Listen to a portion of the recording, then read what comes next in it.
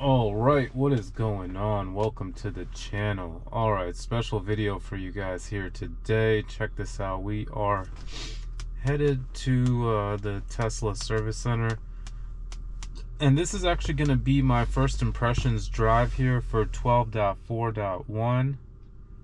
Wow, there's a lot of new stuff on the screen layout here, and we're going to test out how it drives. So here we go. Alright, so I guess we're going to let these cars pull out first, and let's see how FSD does, starting from the park position. And I love testing out new versions of FSD. No, this is not 12.5.6 yet, but that's coming very soon. Hopefully that will be available. Maybe even be skipped and just go on to V13, who knows. You know, I'm looking forward to Summon Park. Okay, very nice with the right turn so far. I love testing out new builds. It's like my first time actually experiencing what the car feels like. And sorry, got a little bit of stuff going on there on the windshield. And here we go. All right, so shout out to Chuck Cook, always making a left here on this unprotected left. There's cars coming in on both sides here, so we're gonna see how the car does in this situation where I can barely see, but the car can see for sure. So, you know, it's clear on one side, but a lot of cars coming on the left side, so it really needs to find its space, find its footing before it can figure out it possibly could have gone in that one spot, but let's see if it goes now. Whereas it should, but the red car is coming in kind of fast, and it doesn't. All right, and now it really should go after this one. Okay, what's stopping it from going? Oh, and it goes. Oh, the red car. It was orange.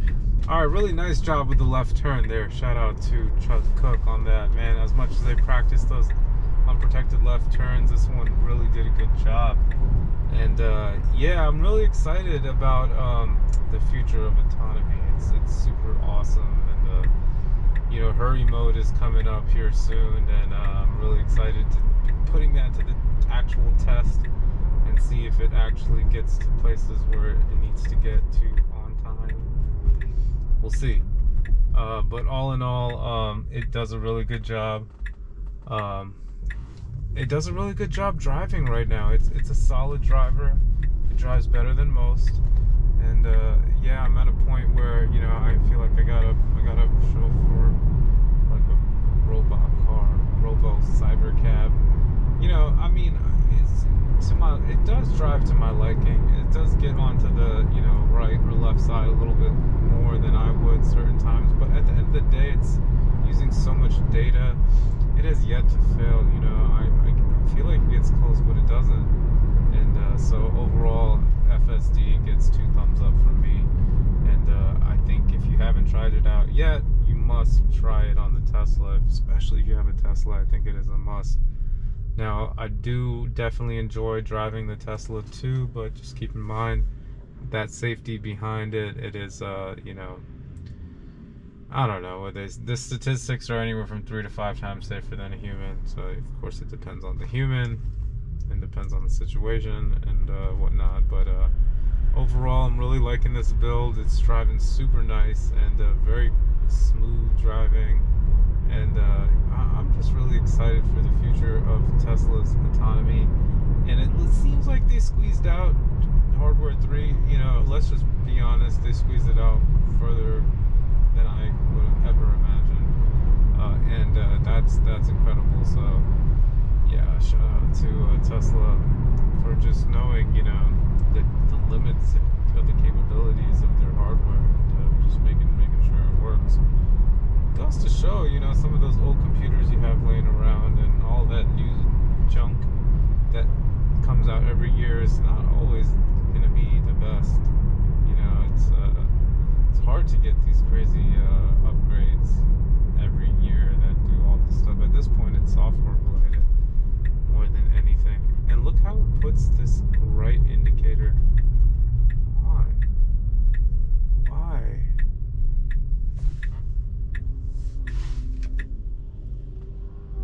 Oh my gosh, why did it do that? Alright, so I actually need to make a right turn here. I guess because the car wasn't giving, and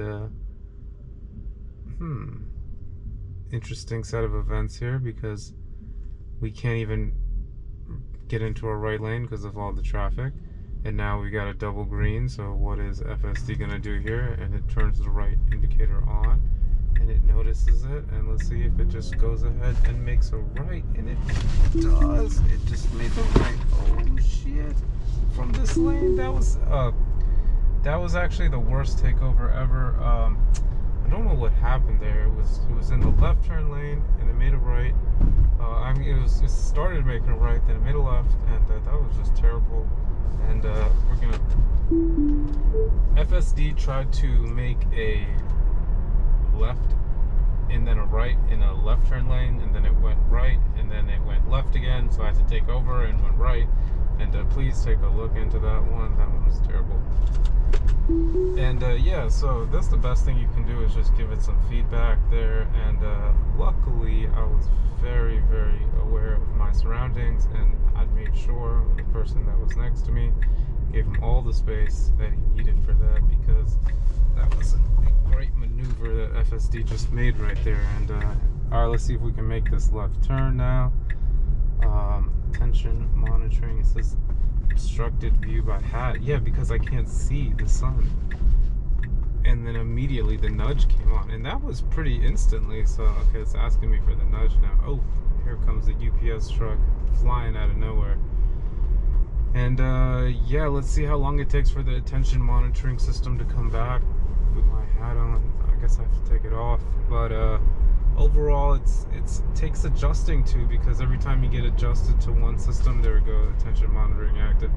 Once you get adjusted to a system and you figure out how it works, and then you get a new system, it's like it is a little bit frustrating getting used to it. But at the same time, it's super exciting getting new software. But at the same time, it's not exciting learning new software, because you have to change everything you know. So it's a journey. If you ask me, if I try to go back to 10.2 days and just remember the way the car used to drive and certain maneuvers that I used to make in certain situations, and then you can really see how far we've come along.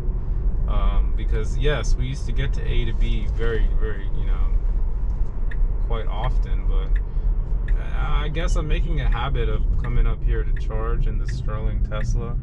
But it's okay if there's no chargers available. There's a supercharger right up the street here. Oh my god, it could not make that left there? That was terrible. I would have really liked to seen it make that left, and I think it's gonna go left here. It never makes up its mind, so I have to take it over there. But yeah, check out this Tesla service center here in Sterling, and just a lot of Tesla vehicles all over the place. Very, very cool location over here. Yeah, no chargers, so I'm just gonna head on home. I always like to check it out, sit here for like 10-15 minutes, recuperate my battery for the day, and yeah, keep it moving. Thanks again for watching. Hopefully you enjoyed this video. This was a fun one to shoot, but not, I did have a takeover there, so a big takeaway from this video. Thanks again for watching. Have a great rest of your day.